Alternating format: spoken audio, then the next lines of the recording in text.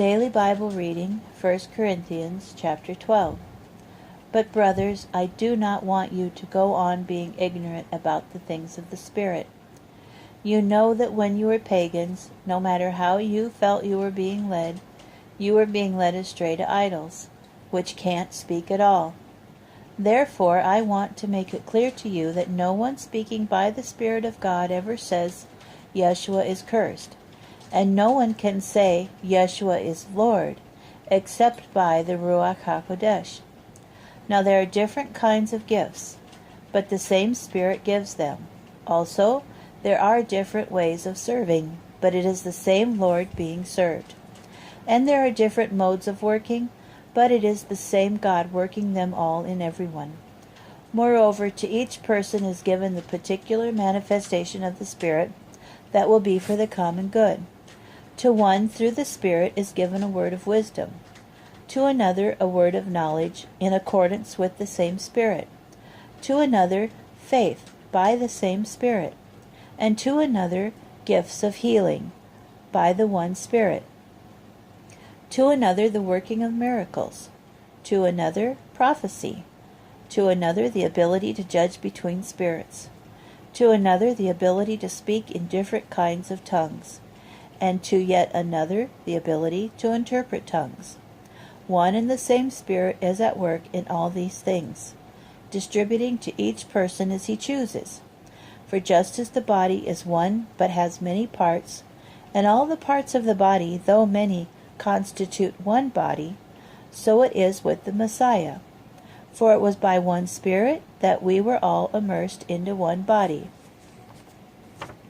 whether Jews or Gentiles, slaves or free, and we were all given the one Spirit to drink. For indeed the body is not one part, but many. If the foot says, I'm not a hand, so I'm not part of the body, that doesn't make it stop being part of the body. And if the ear says, I'm not an eye, so I'm not part of the body, that doesn't make it stop being part of the body. If the whole body were an eye, how could it hear? If it were all hearing, how could it smell? But as it is, God arranged each of the parts in the body exactly as He wanted them.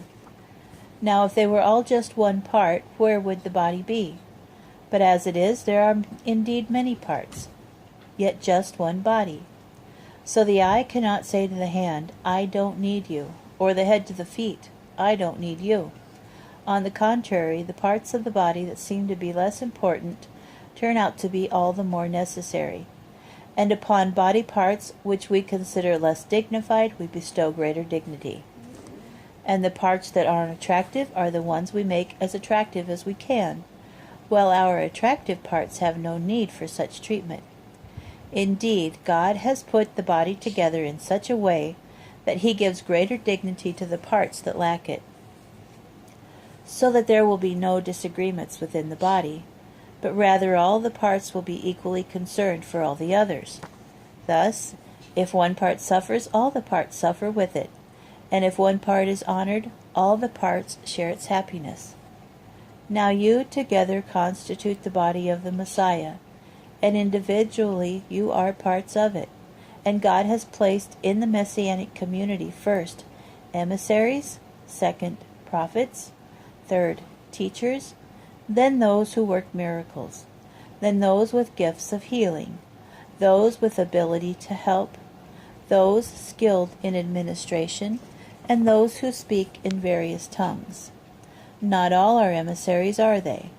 Not all are prophets, are they? Or teachers, or miracle workers?